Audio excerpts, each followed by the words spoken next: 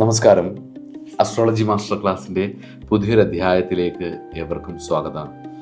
നമ്മൾ 6-ാം ഭാവത്തിൻ്റെ ഫലമായിരുന്നു ഈ പറഞ്ഞുകൊണ്ടിരുന്നത്. അപ്പം ആദിത്യൻ കഴിഞ്ഞു, സോമൻ കഴിഞ്ഞു. ഇനി നമ്മൾ ചർച്ച ചെയ്യുന്നത് അംഗാരകൻ അഥവാ ചൊവ്വയുടെ ഫലത്തെക്കുറിച്ചാണ്.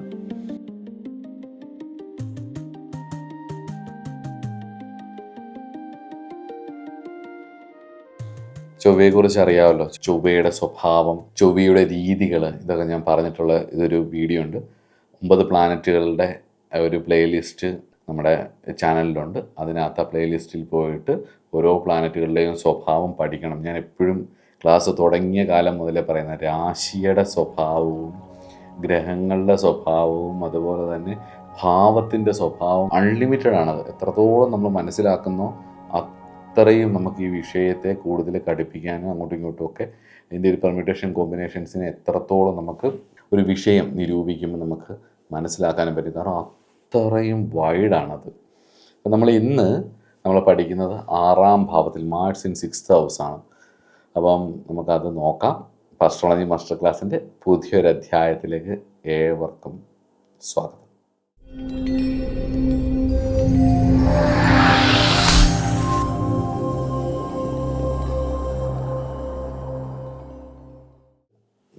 നമുക്ക് ആദ്യം അനുകൂല ഫലങ്ങൾ എന്താണെന്ന് നോക്കാം. 6 ശത്രുസ്ഥാനമാണ്. അവിടെ നിന്നിൻ്റെ കാരകൻ നിൽക്കുമ്പം പൊതുവെ കാരകോഭാവനാശക എന്ന് പറയും. അത് ജീവവിഷയങ്ങൾക്ക് നാശം ഉണ്ടാക്കും.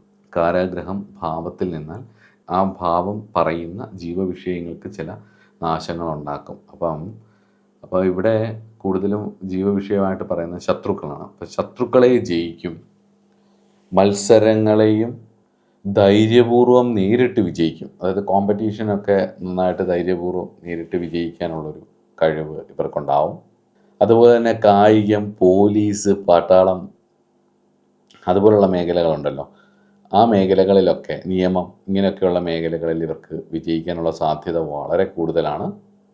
ഒരു പ്രമാണമുണ്ട്, ജാതകദർപ്പണം എന്ന് പറയുന്ന ഗ്രന്ഥത്തിൽ ഒരു പ്രമാണം പറയുന്നത് ധനം ധാരാളം ഉണ്ടാകും, മതഭ്രാന്തനായി വരും, പ്രസിദ്ധനാവും, കാര്യങ്ങളിൽ വിജയിക്കും, കേമനായി വരും, യോഗ്യന്മാർ പലരും പിന്നെ നൃപനും സമ്മതിച്ചിടും. ജന്മകാലത്ത് ഭൂപുത്രൻ 6-ാം ഭാവത്തിങ്കിൽ നിന്നാൽ, നൃപൻ എന്ന് പറയുന്നത് രാജാവാണ്, ഗവൺമെൻറ് തലത്തിലുള്ളവരൊക്കെ അംഗീകരിക്കും. ഭൂപുത്രൻ എന്ന് പറഞ്ഞാൽ ഭൂമിയുടെ പുത്രനാണ് ചൊവ്വ. അപ്പം ചൊവ്വ ബലപ്പെട്ടാൽ സ്വാഭാവികമായിട്ടും മുകളിൽ പറഞ്ഞ ഗുണങ്ങളെല്ലാം ഉണ്ടാവും എന്നാണ് ജാതകദർപ്പണം പറയുന്നത്. അതുപോലെ തന്നെ പ്രശ്നരീതി എന്ന് പറയുന്ന ഒരു ഗ്രന്ഥമുണ്ട്. അതിൽ പറയുന്നത്, കുക്കണിയാളുടെ പ്രശ്നരീതിയിൽ പറയുന്നത്, 6-ാമെടുത്ത് ചൊവ്വയ്ക്ക് വീര്യശത്രുജയാദികൾ, പ്രമാണ്യമംഗ സൗഭാഗ്യം, ജഡരാഗ്നി ജ്വലിക്കും എന്നാണ് പറയുന്നത്. ജഡരാഗ്നി ജ്വലിക്കുന്നത് വിശപ്പ്, ദഹനശേഷി ഭയങ്കര കൂടുതലായിരിക്കും. പ്രമാണ്യം, പല കാര്യങ്ങൾക്കും അവർക്ക് ആ ഒരു പ്രാമാണ്യം, പിന്നെ അംഗങ്ങൾ, ശരീരമൊക്കെ നല്ല ഭംഗിയായിരിക്കും, ആരോഗ്യവാനായിരിക്കും എന്നൊക്കെയാണ്. അപ്പം പോലീസ്, പട്ടാളം, സൈന്യം ഇത്യാദി മേഖലകളിൽ ഇവർക്ക് വിജയമുണ്ടാവും. വെല്ലുവിളികളെ നേരിടാനും അതിനെ അതിജീവിക്കാനുമുള്ള അസാമാന്യമായിട്ടുള്ള ഒരു ഊർജം, ഒരു ശക്തി, ഒരു ത്രൈവ്, അല്ലെങ്കിൽ അതിനെ നേരിടാനുള്ള ഒരു വിൽ പവർ ഇവർക്ക് നന്നായിട്ട് ഉണ്ടാവും. മുന്നേ പറഞ്ഞ പോലെ സൈന്യത്തിലും പോലീസിലുമൊക്കെ ശോഭിക്കാനുള്ള കഴിവുണ്ടാവും. വളരെ ഊർജ്ജസ്വലരായിരിക്കും. ഏത് പ്രതിസന്ധികളെയും, ഏത് ക്രിട്ടിക്കൽ സിറ്റുവേഷൻസിനെയും നല്ല രീതിയിൽ ഫേസ് ചെയ്യാനും അതിനെ നേരിടാനും ഒക്കെ ഉള്ളൊരു കഴിവ് ഇവർക്കുണ്ടാകും, ബലവാനായൊരു ചൊവ്വ 6-ൽ നിന്നാൽ. അതുപോലെ തന്നെ കടങ്ങളൊക്കെ പെട്ടെന്ന് വീട്ടി തീർക്കും. അതുപോലെ തന്നെ 6-ാം ഭാവത്തിൽ ചൊവ്വ ബലവാനായിട്ട് നിന്ന് കഴിഞ്ഞ് കഴിഞ്ഞാൽ നല്ല സർജനാവാൻ പറ്റും. അതുപോലെ തന്നെ ഈ മെക്കാനിക്കൽ ഡിവിഷൻസ്, ടൂൾസൊക്കെ ഉപയോഗിച്ചിട്ടുള്ള എൻജിനീയറിങ് മേഖലകൾ, ടൂൾസ്, ആയുധങ്ങളൊക്കെ ഉപയോഗിക്കുന്ന വളരെ ഡേഞ്ചറായിട്ടുള്ള ചില ജോലികളുണ്ടല്ലോ, വലിയ മെഷീനറീസൊക്കെ ഉപയോഗിച്ചുകൊണ്ടുള്ള ജോലികളിലൊക്കെ ഇവർക്ക് വിജയിക്കാനുള്ള കഴിവ് ഉണ്ടാവും. അത്ര വലിയ, കാരണം സ്വാഭാവികമായിട്ടും ചിന്തിക്കുക, ഞാൻ എപ്പോഴും പറയുന്ന പോലെ ഗ്രഹങ്ങളുടെ ഒരു കാരകത്വം നമ്മൾ പഠിച്ചു വെച്ച് കഴിഞ്ഞാൽ നമുക്കുള്ള ഏറ്റവും വലിയൊരു ഗുണം എന്ന് പറയുന്നത്, ഗ്രഹങ്ങളുടെ സ്വഭാവം മനസ്സിലാക്കിയാൽ ചൊവ്വ ഒരു സൈന്യാധിപനാണെന്ന് ഒറ്റ വാക്കിൽ തന്നെ പറയുമ്പോൾ ഒരു സൈന്യാധിപൻ്റെ ശേഷി, ശക്തി എന്തായിരിക്കണം എന്നുള്ളത് നമ്മൾ കമാൻഡോസിനെയും അല്ലെങ്കിൽ നമ്മളിപ്പോൾ എപ്പിക് സിനിമകളൊക്കെ കാണത്തില്ല, എപ്പിക് സിനിമകളൊക്കെ കാണുമ്പോൾ അതിൽ സൈന്യാധിപനായിട്ട് വരുന്ന ആൾക്കാരെ അവർ പ്രസൻറ്റ് ചെയ്യുമ്പോൾ നമുക്ക് അത് അവരൊരു സൈന്യാധിപനാണ് എന്ന് തോന്നുന്ന ഒരു ഫീലുണ്ടല്ലോ, ഒരു പവർ, ആ പവറാണ് വാസ്തവത്തിൽ ചൊവ്വ എന്ന് പറയുന്നത്. അപ്പം ഈ മുകളിൽ പറഞ്ഞ കാര്യങ്ങളൊക്കെയാണ് ഗുഡ് എഫക്റ്റ്, നല്ല കാര്യങ്ങളാണ്. അവർക്ക് ആ മേഖലകളിലൊക്കെ ജോലി ചെയ്താലൊക്കെ അവർക്ക്, കാരണം ഡെയിലി റൊട്ടീനും ഡെയിലി ജീവിതശൈലിയൊക്കെ അല്ലേ, നിത്യജോലി, ഒരാളുടെ കീഴിൽ ജോലി ചെയ്യുന്നതും ഒക്കെയാണ് 6-ാം ഭാവം. 6-ൽ ചൊവ്വ ബലവാനായിട്ട് നിൽക്കുമ്പോൾ ഈ മാതിരി കാര്യങ്ങളിൽ വളരെ പവർഫുള്ളായിരിക്കും എന്നുള്ളതിൽ ഒരു സംശയവും വേണ്ട. ഇനി അടുത്തത് പ്രതികൂലമായിട്ടുള്ള ഫലങ്ങൾ, ബാഡ് എഫക്റ്റുകൾ നോക്കാം. ഒരുപാടുണ്ട്. അനുകൂലമാവുന്നതിനോടൊപ്പം ചൊവ്വ പ്രതികൂലമായാൽ, 6-ൽ നിന്ന് പ്രതികൂലമായാൽ ഭയങ്കര മോശമാണ്. ഞാനത് പലയിടത്തും കണ്ടിട്ടുണ്ട് കേട്ടോ. ഈ അക്രമോത്സുകമായിട്ടുള്ള ഒരു സ്വഭാവം, വീട്ടിലാണ് പെട്ടെന്ന് ദേഷ്യം വരിക, ആരെയും അങ്ങോട്ട് അക്സെപ്റ്റ് ചെയ്യാതിരിക്കുക, എല്ലാവരോടും പെട്ടെന്ന് ഒന്ന് പറഞ്ഞ് രണ്ടാമത്തിന് അടി വീഴുക, ഇങ്ങനെയൊക്കെ. അതുകൊണ്ട് തന്നെ ധാരാളം ശത്രുക്കൾ ഇവർക്ക് ഉണ്ടാവും വളരെ ചെറുപ്പത്തിലെ, ആരുമായിട്ടും ഒരു ചേരാത്ത ഒരു രീതി. അതുപോലെ തന്നെ തർക്കങ്ങളിലും വഴക്കുകളിലും ഏർപ്പെടുക, മതഭ്രാന്ത് അഥവാ അഹങ്കാരം മുഴുത്തുള്ള ഭ്രാന്ത് ഉണ്ടാവാം എന്ന് പറയാം.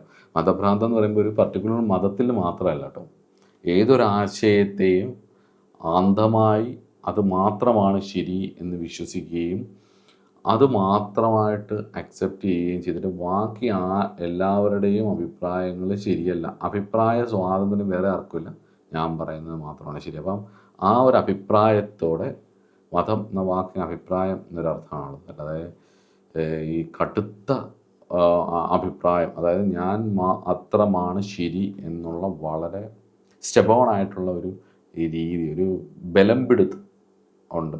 അല്ലെങ്കിൽ ആശയപരമായിട്ട് താൻ പറയുന്നത് മാത്രമാണ് ശരി എന്ന് പറഞ്ഞുള്ളൊരു ഭ്രാന്ത്.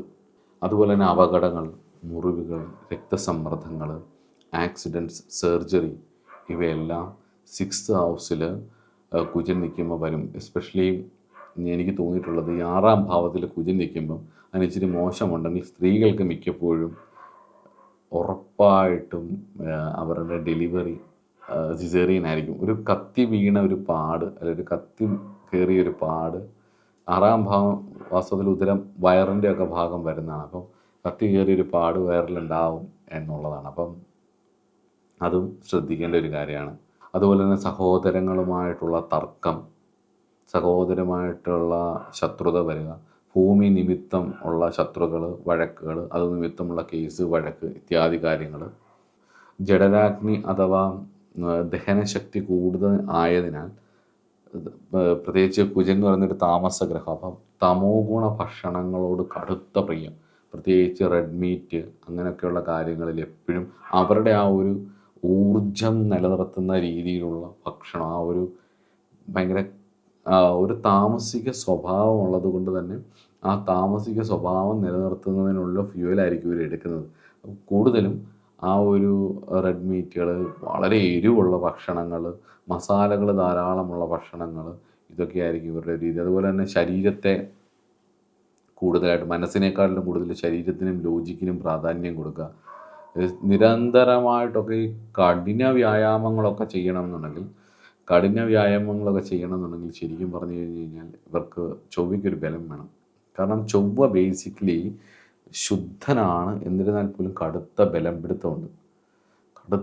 ഒരു സൈന്യാധിപൻ്റെ എല്ലാ കണ്ണിങ്നെസ്സും എല്ലാം, ഈ കരുക്കൾ നീക്കാനുള്ള കഴിവുകൾ, ഇതെല്ലാം ഉണ്ട്. അതുകൊണ്ട് തന്നെ ഇവരുടെ മുകളിലിരിക്കുന്നവരോട്, ഇവരൊരു ജോലിയിലൊക്കെ പ്രവേശിച്ചാൽ ഇവരുടെ മുകളിലിരിക്കുന്നവരോട് ഇവർക്ക് കടുത്ത ബഹുമാനമായിരിക്കും. ഇവരെ നിയന്ത്രിക്കാൻ കഴിയുന്ന ഒരു രവിയുടെ ബലമുള്ള ഒരാളാണ് ഇവരുടെ മുകളിലിരിക്കുന്നതെങ്കിൽ, അത് അച്ഛനായിക്കോട്ടെ, അല്ലെങ്കിൽ ഇവർ ജോലി ചെയ്യുന്ന സ്ഥലത്തെ ഇവരുടെ മുകളിലുള്ള ബോസ് ആയിക്കോട്ടെ, എല്ലാവരും ഒരു രവിയുടെ ബലം കൂടുതലുള്ള ഒരാളാണെങ്കിൽ അവരുടെ ഓർഡർ, അവരിവരെ കറക്റ്റായിട്ട് ഹാൻഡിൽ ചെയ്യുകയാണെങ്കിൽ അവർ പറയുന്ന അതേപടി അനുസരിക്കുകയും അവർക്ക് വേണ്ടി എന്തും ചെയ്യുകയും ചെയ്യും എന്നുള്ളതും ഇവരുടെ സ്വഭാവത്തിലുള്ളത്. 6th ഹൗസ് മാഴ്സിൻ്റെ ആ ഒരു പ്ലേസ്മെൻറ്റ് കൊണ്ട് കിട്ടുന്ന ഒരു കാര്യമാണ്. അതുകൊണ്ട് തന്നെ ഞാൻ മുമ്പേ പറഞ്ഞ പോലെ ഈ ചൂട് കൂടുമ്പോൾ ഉണ്ടാകുന്ന, ശരീരത്തിൽ ഉഷ്ണം കൂടുമ്പോൾ ഉണ്ടാകുന്ന, ദേഷ്യം കൂടുമ്പോൾ ഉണ്ടാകുന്ന എല്ലാ പ്രശ്നങ്ങളും ഇവർക്കുണ്ടാകും. ഈ റെഡ് മീറ്റിൻ്റെ അമിത ഉപയോഗങ്ങൾ കൊണ്ടുണ്ടാകുന്ന അസുഖങ്ങൾ, ബ്ലഡ് റിലേറ്റഡ് ആയിട്ടുള്ള അസുഖങ്ങൾ, അല്ലെങ്കിൽ ഈ കൊളസ്ട്രോൾ പോലുള്ളത് കൂടിയിട്ടുള്ള അസുഖങ്ങൾ, ഹാർട്ട് അറ്റാക്ക്, അങ്ങനെയൊക്കെയുള്ള കുറേ കാര്യങ്ങൾ, അതിൻ്റെ ഹാർട്ടിൻ്റെ സർജറികൾ, ഇങ്ങനെയൊക്കെയുള്ളതെല്ലാം വരികയും ചെയ്യും. ഇവരുടെ ഒരു സൈക്കോളജിക്കൽ ഇൻഫ്ലുവൻസസ് നമുക്ക് നോക്കാം. ഇത് പറഞ്ഞു തുടങ്ങിയപ്പോൾ മുതൽ അപ്പുറത്തെ വീട്ടിലെ പട്ടി കഷ്ടപ്പെടുത്തുകയാണ്. എനിക്ക് ചൊവ്വ അത്ര ബലമില്ലാത്തതുകൊണ്ടായിരിക്കാം. ചൊവ്വയുടെ കാരകം പറയാൻ തുടങ്ങിയപ്പോൾ മുതൽ തന്നെ ഒരു അസ്വസ്ഥത. അപ്പം ഇവരുടെ ഒരു സൈക്കോളജിക്കൽ ഇൻഫ്ലുവൻസസ് നമുക്ക് നോക്കാം. ജീവിതം ഒരു യുദ്ധക്കളമാണെന്നുള്ളൊരു മനോഭാവം ഇവർക്കുണ്ടാവും. എന്തിനേയും എതിർക്കാനും മത്സരിക്കാനുമുള്ള പ്രവണത. അത് വീട്ടിലാണെങ്കിലും ജോലി ചെയ്യുന്നിടത്താണെങ്കിലും എല്ലാം ഭയങ്കര സ്നേഹമായിരിക്കും ഇവർക്ക്. പക്ഷേ ഈ ഒരു സ്വഭാവം ഇവർക്കൊണ്ട് വേറെ ആര് പറയുന്നത് ഇവർ അംഗീകരിക്കില്ല എന്നുള്ളതാണ്. ക്ഷമ കുറവായിരിക്കും, പെട്ടെന്ന് ദേഷ്യം വരുന്ന സ്വഭാവം, ഈ ഹോട്ട് ടെമ്പേർഡ് എന്നൊക്കെ പറയുന്ന പോലെ അത്രയും പെട്ടെന്ന് പൊട്ടിത്തെറിക്കുന്ന ഒരു സ്വഭാവം. അതുപോലെ തന്നെ ഇവർക്ക് ഈ ഒരു ചൊവ്വ ബലമുണ്ടെങ്കിൽ പോലും, ഇവർ ഇത്രയും ദേഷ്യമൊക്കെ ആണെങ്കിൽ പോലും ഇവർക്ക് ഉള്ളിൻ്റെ ഉള്ളിൽ എപ്പോഴും ഒരു ഭയമുണ്ടാവും. ഏതൊരു സൈന്യാധിപനും യുദ്ധക്കളത്തിൽ, ജീവിതം ഒരു യുദ്ധക്കളമാണെന്ന് ചിന്തിക്കുമ്പോഴും തൻ്റെ ശത്രുക്കൾ എപ്പോഴും തന്നെ ഉപദ്രവിക്കുന്നുണ്ടോ എന്നുള്ളത്. അപ്പോൾ എപ്പോഴും ഒരു ആയുധങ്ങൾ ഇവർ പരതും. എപ്പോഴും ഇവരുടെ വിജയിക്കാൻ വേണ്ടിയിട്ടുള്ള, പരന്തവനാവാൻ വേണ്ടിയിട്ട്, ശത്രുക്കളെ തവിപ്പിക്കുന്നവനാകാൻ വേണ്ടിയിട്ട് ഇവർ അതിന് വേണ്ടിയിട്ടുള്ള ആയുധം എന്ന് പറഞ്ഞു കഴിഞ്ഞാൽ ഈ വെപ്പൺസ് ഉള്ളത് മാത്രമല്ല, എല്ലാ രീതിയിലും യുക്തി കൊണ്ടായാലും ഇവർ എപ്പോഴും ഇങ്ങനെ പരത്തിക്കൊണ്ടിരിക്കും. പിന്നെ ഒരു പ്രത്യേകത എന്ന് പറയുന്നത്, ഇത് കുറേ ഇടത്ത് ഞാൻ കണ്ടിട്ടുണ്ട്, സർജറിയോടൊക്കെ ഉള്ളൊരു ഭയം. ഇവരിതൊക്കെ കാണിക്കുമെങ്കിൽ, ഈ ജാടയൊക്കെ കാണിക്കുമെങ്കിൽ, ഭയങ്കര ദേഷ്യമുണ്ടെങ്കിലും, ഇവരെല്ലാത്തിനെയും അടിച്ചമർത്തുമെങ്കിലും, ഒരു സപ്രസ്ഡ് ആങ്കർ ഇവർക്കുണ്ടെങ്കിലും, അതിങ്ങനെ പിടിച്ചിരുന്നിട്ട് ഒരു ദിവസം ഇത് പൊട്ടിത്തെറിക്കുമെങ്കിൽ പോലും ശസ്ത്രക്രിയയോടുള്ള ഭയം, രക്തം കാണുമ്പോഴുള്ള ഭയം, ഈ post traumatic stress disorder, PTSD എന്ന് പറയും. അതായത് മുൻപേ ഉണ്ടായിട്ടുള്ള അപകടങ്ങൾ, വളരെ യൗവനത്തിലൊക്കെ ഉണ്ടായിട്ടുള്ള അപകടങ്ങൾ, ഇവരുടെ കൂടെയുള്ള ഒരു ആരെങ്കിലും അപകടത്തിൽ മരിച്ചതിൻ്റെ, അല്ലെങ്കിൽ അപകടങ്ങൾ ഉണ്ടായതിൻ്റെ നേരത്തെ ആ ട്രോമ ഇവരെ എപ്പോഴും അലട്ടിക്കൊണ്ടിരിക്കും. ഒരു ഭയം. അത് ഇപ്പോൾ സ്കൂളിലും കോളേജിലും ഒക്കെ പഠിക്കുമ്പോഴാണെങ്കിൽ ആരെങ്കിലുമായിട്ടൊക്കെ ഇടിയുണ്ടായിട്ടുണ്ടെങ്കിലോ, അല്ലെങ്കിൽ വഴക്കുണ്ടായിട്ടുണ്ടെങ്കിലോ, ആക്സിഡൻറ്റ്സ് ഉണ്ടായിട്ടുണ്ടെങ്കിലോ, എന്തെങ്കിലുമൊക്കെ പ്രശ്നങ്ങൾ ഉണ്ടായിട്ടുണ്ടെങ്കിലൊക്കെ ആ ഒരു PTSD, post traumatic stress disorder ഇവരെ ഇങ്ങനെ അലട്ടിക്കൊണ്ടേയിരിക്കും. അതും ശ്രദ്ധിക്കേണ്ട ഒരു വിഷയമാണ്. അങ്ങനെയൊക്കെയുള്ള കാര്യങ്ങൾ നിങ്ങൾക്കുണ്ടെങ്കിൽ, 6 ചൊവ്വ നിൽക്കുന്നവർക്ക് അങ്ങനെയൊക്കെ ഉണ്ടായിട്ടുണ്ടെങ്കിൽ, നിങ്ങളത് ഹീൽ ചെയ്യാനുള്ള കാര്യങ്ങൾ ചെയ്യണം സ്വയം. അല്ലെങ്കിൽ ആരുടെയെങ്കിലും ഹെൽപ്പ് വേണമെങ്കിൽ അത് വാങ്ങണം.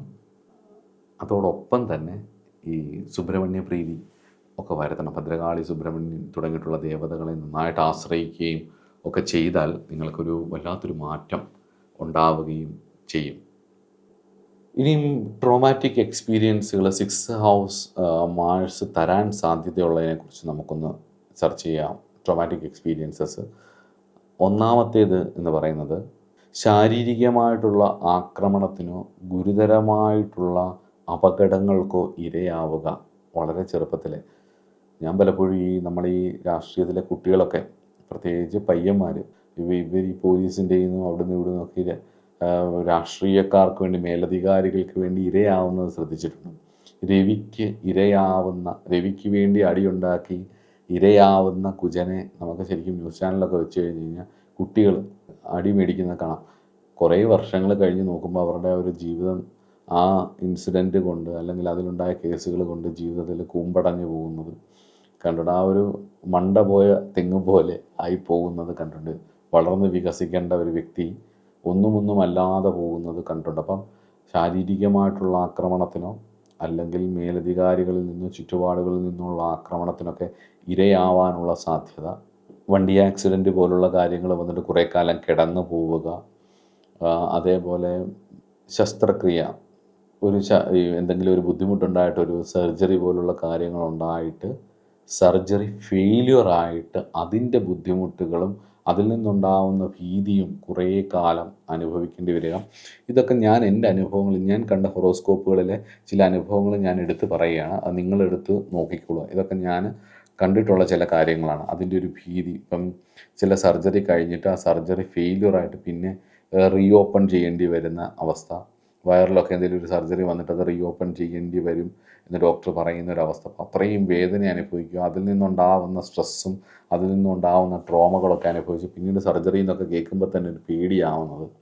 അതുപോലെ തന്നെ ഈ യുദ്ധം പോലുള്ള സാഹചര്യങ്ങൾ, പ്രത്യേകിച്ച് അക്രമകരമായിട്ടുള്ള സാഹചര്യങ്ങളുമായി ഇടപെടേണ്ടി വന്നിട്ട് അതിനിടയിൽ നിന്നിട്ട്, ചിലപ്പോൾ കുടുംബത്തിലായിരിക്കാം, സുഹൃത്തുക്കളുടെ ഇടയിലായിരിക്കാം, അല്ലെങ്കിൽ നമ്മുടെ പുറങ്ങളിൽ എവിടെയെങ്കിലും ഈ അക്രമ സാഹചര്യങ്ങൾ ഇടപെട്ടിട്ട് അത് നിമിത്തമുണ്ടാവുന്ന മാനസിക ആഘാതങ്ങൾ, ട്രൊമാറ്റിക് എക്സ്പീരിയൻസുകൾ ഇവരിൽ ഇങ്ങനെ കിടക്കും. ഒരു പേടി പോലെ പുറമേ ഇത് കാണിക്കത്തില്ലെങ്കിൽ ഉള്ളിൽ ഇങ്ങനെ കിടക്കും. അപ്പോൾ ഈ ഉറക്കത്തിലൊക്കെ ആണെങ്കിലും ഒറ്റയ്ക്ക് ഇരിക്കുമ്പോഴൊക്കെ ആണെങ്കിലും ഇവർ വെറുതെ ഇങ്ങനെ ഉറച്ച് സംസാരിക്കും, അണ്ണാക്ക് വെക്കും. ആ ഒരു ട്രോമ ഇങ്ങനെ പുറത്തേക്ക് വരുന്നതായിട്ട് അണ്ണാക്ക് വെക്കുകയും ചുമ്മാതിരുന്ന് ഇങ്ങനെ അണ്ണാക്ക് വെക്കുകയൊക്കെ ചെയ്യും. അതുപോലെ തന്നെ സ്വത്ത് തർക്കങ്ങളൊക്കെ നിമിത്തമുണ്ടാവുന്ന കടുത്ത നിയമയുദ്ധങ്ങൾ കുറേ കാലം നീളുന്ന, പ്രത്യേകിച്ച് ഇന്ത്യയിലാണെങ്കിൽ ഇങ്ങനെ നീണ്ടോളും, സിവിൽ കേസുകളൊക്കെ ആയിരിക്കുമല്ലോ. അപ്പോൾ അതിങ്ങനെ കുറേ കാലം ഇങ്ങനെ നീളുന്ന നിയമയുദ്ധങ്ങൾ. അതുപോലെ തന്നെ പ്രത്യേകിച്ച് വളരെ വേണ്ടപ്പെട്ടവരുമായി ഉണ്ടാവുന്ന ചില പ്രശ്നങ്ങൾ നിമിത്തം പിന്നീടുണ്ടാവുന്ന ഈ നിയമയുദ്ധങ്ങൾ നിരന്തരമായി ഇങ്ങനെ നടക്കുമ്പം സ്വാഭാവികമായിട്ടും മനസ്സിനെയും ശരീരത്തിനെയും തളർത്തുന്ന ഒരവസ്ഥ. അടുത്ത ബന്ധുക്കൾക്കോ സുഹൃത്തുക്കൾക്കോ സഹോദരങ്ങൾക്കോ ഉണ്ടാകുന്ന അപകടങ്ങളോ അല്ലെ അവരുമായി ഉണ്ടാവുന്ന അപകടം പോലെ നമുക്ക് തോന്നുന്ന മുറിപ്പാടുകളുണ്ടാവുന്ന സംഘർഷങ്ങൾ നിമിത്തം ജീവിതത്തിലുടനീളം ആ സംഘർഷങ്ങളുടെ വാക്യപത്രമായിട്ടുള്ള വേദന മായാത്ത ഒരു മുറിപ്പാടുകളായ ഒരു ചിത്രമായി മനസ്സിലെന്നും അവശേഷിക്കുന്ന ഒരവസ്ഥ. ഇതൊക്കെ ചൊവ്വ 6-ൽ നിന്നാലാണ്. പ്രത്യേകിച്ച് ഈ വീര്യഗ്രഹവും ധൈര്യവും വീര്യവും ദുർബുദ്ധിയും ഒക്കെ ചൊവ്വയെ കൊണ്ട് ചിന്തിക്കുന്നത് കൊണ്ട് തന്നെ 6th ഹൗസിൽ ചൊവ്വ വരുമ്പം സ്വാഭാവികമായിട്ട് ധൈര്യവും വീര്യവും ഒക്കെ വരും. കാമാസക്തി കൂടും, സെക്ഷൽ ഡ്രൈവ് ഭയങ്കരമായിരിക്കും. അത് നിമിത്തമുണ്ടാവുന്ന പ്രശ്നങ്ങൾ, ഈ പ്രണയം എന്നുള്ളത് കാണുന്നത് പോലും ശാരീരികമായിട്ടുള്ള ഇതിലൂടെയാണ് പ്രണയം കാണുന്നത്. ഇപ്പോൾ വ്യാഴത്തിൻ്റെയൊക്കെ ബലം കൂടുക, ശുക്രൻ്റെ ബലം കൂടുക എന്ന് പറഞ്ഞു കഴിഞ്ഞാൽ അവർക്ക് കുറച്ചുകൂടി ഒരു സ്നേഹം അല്ലെ റൊമാൻറ്റിക് സൈഡിലൂടെ ആയിരിക്കും. അതിന് വേറെ കാരണങ്ങളായിരിക്കും.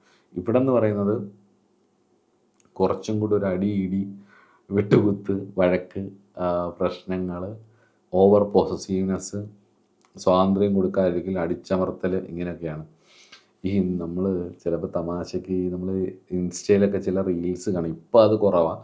കുറച്ച് കാലങ്ങൾക്ക് മുമ്പ് ഈ കണ്ണാപ്പീസ് എന്നൊക്കെ വിളിക്കുന്നത്, പിള്ളേരെ വിളിക്കുന്നത്, കൊച്ചു പിള്ളേരെ വിളിക്കുന്നത്, ബൈക്കൊക്കെ എടുത്തിട്ട് ഇങ്ങനെ പറന്ന് കൊച്ചും നരന്ന് പിള്ളേർ അങ്ങോട്ടും ഇങ്ങോട്ടും പ്രണയിച്ച് അടി കൊടുക്കുക. ചേട്ടന് സ്നേഹമുള്ളതുകൊണ്ട് ആ തല്ലുന്നതെന്നൊക്കെ പറയുന്ന ഒരവസ്ഥയുണ്ട്.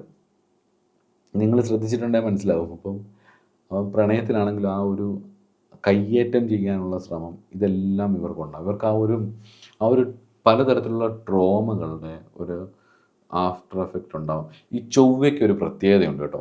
ചൊവ്വ സൈന്യാധിപനാണെങ്കിലും ഒരു ഇൻസെക്യൂരിറ്റി ഇവർക്കുണ്ടാകും, ഒരു ഭയം.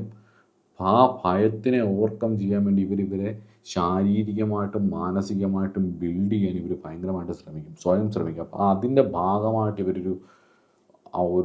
ഇവർക്കൊരു ദേഷ്യമുണ്ടാകും. ഇവരുടെ ഫേസ് പ്രൊട്ടക്റ്റ് ചെയ്യുന്ന അങ്ങനെയാണ്. നമുക്കത് കാണുമ്പോൾ അറിയാം. പിന്നെ അതുപോലെ തന്നെ ഒരു 50 വയസ്സൊക്കെ ആയാൽ പോലും അധികം പ്രായം തോന്നാത്ത അവസ്ഥ, ആ ഒരു ഊർജ്ജസ്വലത, വളരെ ചെറുപ്പം ഫീൽ. ഇപ്പോൾ 50 വയസ്സൊക്കെ ആണെങ്കിൽ പോലും അവർക്കൊരു ആ ഒരു ചെറുപ്പത്തിൻ്റേതായ ഒരു രീതി ഒക്കെ ഇവർക്കുണ്ടാവും. ഇനി നമുക്ക് എന്തുകൊണ്ട് 6-ലും 8-ലും 12-ലും ഒക്കെ, പ്രത്യേകിച്ച് 6-ൽ എന്തുകൊണ്ട് ഞാൻ പറഞ്ഞിട്ടുണ്ട്, 6, 8 and 12 പ്രത്യേകിച്ച് അതൊരു ഡെപ്തിനെ സൂചിപ്പിക്കുന്നതാണെന്ന് ഞാൻ പറഞ്ഞിട്ടുണ്ട്. ഓർമ്മയുണ്ടോ എന്നറിയില്ല. നമ്മുടെ വീഡിയോസ് എപ്പോഴും, അല്ലെങ്കിൽ നമ്മുടെ ക്ലാസ്സസ് എപ്പോഴും ഞാൻ every action is A thought made manifestation എന്നുള്ള ഒരു ബേസിലാണ് എടുക്കുന്നത്. എല്ലാ പ്രവൃത്തികളും ചിന്തകളുടെ ബാഹ്യാവിഷ്കാരമാണ്. ആ ചിന്തകൾക്ക് ഒരു റീസൺ ഉണ്ട്. Every action behind A reason. അതൊരു തോട്ടാണ്. ആ തോട്ടിനും ഒരു റീസണുണ്ട്. ആ റീസണാണ് ഞാൻ എപ്പോഴും അവിടേക്കാണ് എത്തുന്നത്. എന്നിട്ട് അതിനാണ് സുകൃതം ചെയ്യുന്നത്. ആ ഒരു കോറിനാണ് നമ്മൾ കാര്യങ്ങൾ പറയുന്നത്. ആ കോറ് റെഡി ആക്കിക്കൊണ്ട് വേണം ബാക്കിയുള്ള കാര്യങ്ങളിലേക്ക്. അപ്പോൾ എന്തുകൊണ്ട് ഈ വ്യക്തിക്ക് ഈ ജന്മം 6-ൽ ചൊവ്വ നിൽക്കുന്ന സമയത്ത് ജനിച്ചു? എന്താണ് അതിൻ്റെ റീസൺ? അപ്പോൾ നമ്മൾ സ്വാഭാവികമായിട്ടും അത് തരുന്ന കർമ്മസൂചന എന്താണ്, കാർമിക് ഡെപ്റ്റ് എന്താണെന്നുള്ളത് നമുക്ക് ജസ്റ്റ് ഒന്ന് ചെറുതായിട്ടൊന്ന് നോക്കാം. വളരെ വിശദമായിട്ട് നിങ്ങൾ പഠിക്കുക, അതെങ്ങനെയാണ് നോക്കേണ്ടതെന്നുള്ളത് പറയാം. അപ്പോൾ ചൊവ്വയുടെ കാരകത്വത്തിലുള്ള വിഷയം ലാസ്റ്റ് ബർത്തിൽ, പ്രീ ബർത്തിൽ നമ്മൾ അതിൻ്റെ ദോഷവശങ്ങൾ ചെയ്തത് കൊണ്ടാണ് മോശ സ്ഥാനത്ത് അത് വന്നത്.